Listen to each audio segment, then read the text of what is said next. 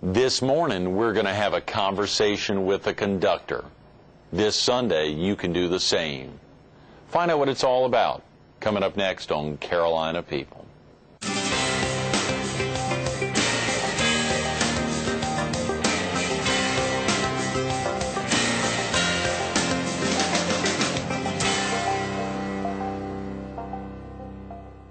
Good morning. Welcome to Carolina People. This morning we're at Design It at the former Waccamaw Outlet Mall here on 501 in Myrtle Beach. We're focused on the 20th anniversary season of the Long Bay Symphony.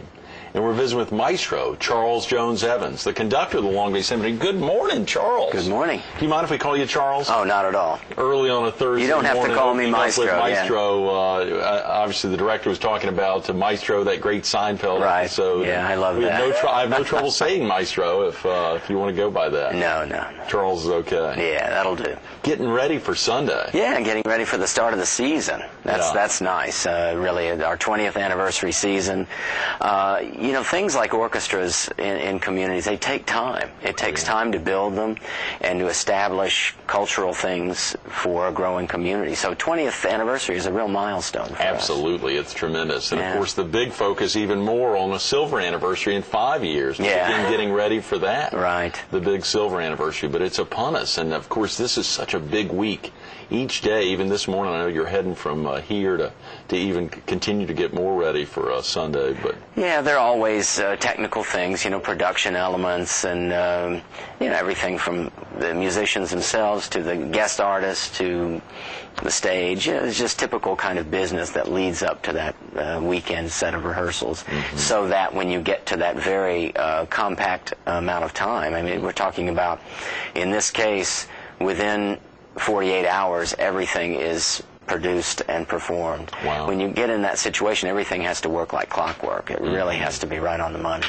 And that's partly because of the level of y'all's professionalism and a lot of your musicians coming in from other areas. Right, and of course people should realize that's very common for all orchestras. The Charleston Symphony, we use a lot of the same people. Is that right? Oh yeah. All the orchestras in the state, really.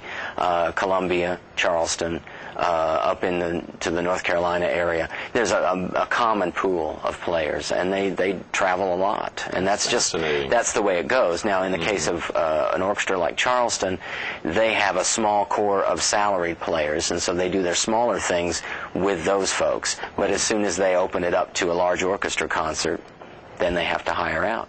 They're tapping your folks, you're tapping theirs. And that's natural. But yeah, it's, the idea of professional not only is an indicator of quality and what kind of product you're trying to put out, but it's kind of an economic necessity, because for us to be able to respond to people's needs or desires to have a concert, so, they'll ask us for a quote to do a concert in Pawleys Island or Georgetown or Hartsville, we have to have a machinery that's in place that says, okay, we can do it in this much rehearsal time, and we can have everyone come together for this specific period of time, as opposed to more of a community thing, which would be, okay, let's meet on Tuesday nights. The economics of that dictate that you have to compress the whole affair down to a professional, wage earning type of thing. That's probably something a lot of folks don't know about. Yeah, you don't even think about it. In order to be up and ready for the business that we would want to generate, we're manufacturing a product just like anything else, and so it has to be set up in that way that where we can predict the scheduling, predict the bringing in of our players that have to come from outside, and then we have a specific cost. There's still a great pool of local folks that you turn to. Oh yeah, and it grows all the time. I mean, we had someone about a couple months ago, I guess, we were getting ready for a concert, and she just showed up at the office. They had recently moved here, and she played violin. It's like, it happens that's the magic of an area like this. It's not static. It's growing all the time. And yeah, that's what will happen. There'll be more activity with the symphony, more people moving in, and more people moving in perhaps because of the music they can make here for a living. And everyone benefits. You have teachers for your kids. You have people to play at your weddings. You have teachers in the schools. All of these related music jobs are what attract people to the area. And in the long run, before you know it, you have got a local pool of musicians. That's tremendous, Charles. How do you quiz folks when they show up at the office and say, I'm a tremendous violinist? What do you do? Well, you have an audition. We have a standard set of excerpts from orchestral pieces. Right. And they have a certain amount of lead time to prepare those. And I listen to the audition and have them do sight reading. And they play a concerto that they know, that kind of thing. Yeah. And we say whether or not that's going to work out. The basic thing is that anyone has to be at a level where they can walk in and do, say in this case, 3 rehearsals and a performance in 48 hours. Right. And have it work. Yeah. And that goes right to the heart of what a professional is. That's exciting. Someone who can really put that together. That's fantastic. Charles, for viewers who may need to get off to work now or get out of the house, what's the best way to reach the Long Bay Symphony, either to learn about this Sunday's performance, the kickoff of the 20th anniversary season, or if they're going to be out of town, just to learn more about getting tickets and supporting the Long Bay Symphony? Well, of course, first and foremost, I would just call the office. That's 448-8379. Okay. And we're open during all normal business hours. Great. And if by some chance someone doesn't answer, there's a machine, and Right. we'll call you right back. But you can also get on our website, which is very easy to remember, www.longbaysymphony.com, and get all the information on the season, our volunteer groups, the youth orchestra, all of those things. There's some tremendous information about you there as well, Charles. I loved reading early this morning a nice little bio piece about you at longbaysymphony.com.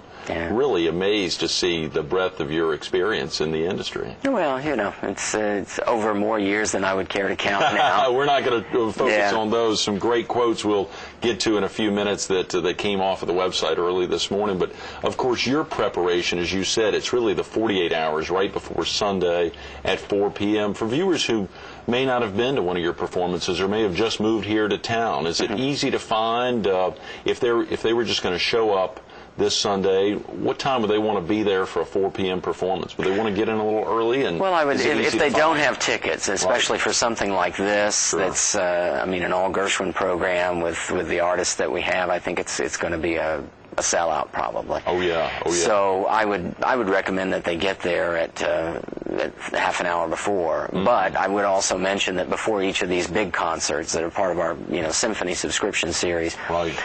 we have a pre-concert thing, conversations with the conductor, And that's you. and that's me. Yeah. It's tough to say conversation with me. Yeah.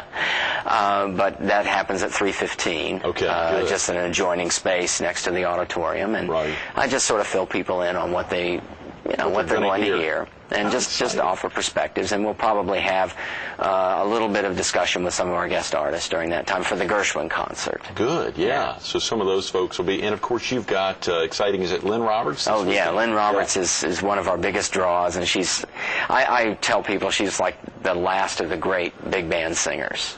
Wow. And she's worked extensively with Doc Severinsen, who she told me is just now retired. Is that right? Yeah, but he had been doing, I can't remember which Pop's services for what orchestra. I think it was Phoenix, and then he's done a bunch of major orchestras pop series, and so he would invite her frequently. Wow. And then she's also performed with the Boston Pops. So I mean, she's right up there, and she's just a pleasure to work with. Yeah. And it's so wonderful to be part of that era and actually share in these great arrangements and these great tunes. It's just You've got some other tremendous concerts scheduled for this season, Charles, here in the 20th anniversary season.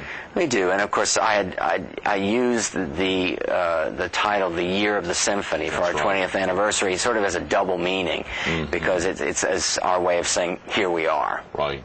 And of course we're not only looking to put ourselves out there to the public with our performances, but also talk about, and we can get to this later, but the fundraising aspect of that, and the idea that we need to help endow this orchestra and get it funded for the long haul, so that it's an institution here, and we're just planting roots. We're growing roots, I should say, planting seeds to grow roots. Let's talk about some of that now. How is the symphony funded currently, Charles? How do you all get the funds to continue continue to operate a professional symphony here in the Grand Strand area? It's just a combination of corporate and private donations, and that has not.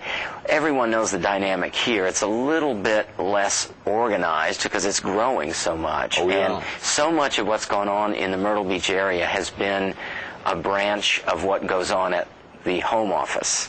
We used to get that a lot, but we can't really contribute. That all comes from the home office. But we're getting more and more this mentality that people realize this is an extended, permanent community, and it requires this sort of philanthropy to make, to give us these things that are part of a larger metropolitan area that you'd be proud to have your kids come from and be exposed to things. And I point out to my 11-year-old daughter all the time, is if you were in a city like Dallas or Atlanta or Chicago or any of, Pittsburgh, you go on and on, all of these things are there, and it's a matter of course. We're building those things right now, and it's just very important for the future. As I've already referred to some, I believe, is the youth orchestra is such a vital element here. Yes. Because 10 years ago, I think I've been with that. I've actually conducted the youth orchestra for. This will be my 11th year to do that. I've seen such a growth and such a maturity in the students. So many more of them studying privately, so many more of them going to college as music majors. Really? So many more of them going to major music festivals. Right. And so many more of them prepared to perform at what I would call loosely a national standard. In other words, here's someone from Myrtle Beach, here's another kid from Chicago, here's another kid from San Antonio, and they've all been exposed to the same. And that's what I'm very proud to be able to say, that we're doing real pieces of Beethoven, real pieces of Mozart, a wide variety of repertoire. So anyway, it's easy to get off on all of these things, but I think getting back way too many things to focus on. Getting back to the fundraising aspect, I would want people to understand so strongly that this is something that is part of their whole experience. This is an orchestra that functions full-time, essentially, in terms of what it's providing the community. We do chamber performances. People call us all the time for wedding musicians, and we provide that. Of course, our orchestra concerts that you subscribe to, but a number of them that we do outdoors, that adjoining communities will sponsor, and we're out there providing this. Educational concerts of all sorts, musicians of ours going into the schools.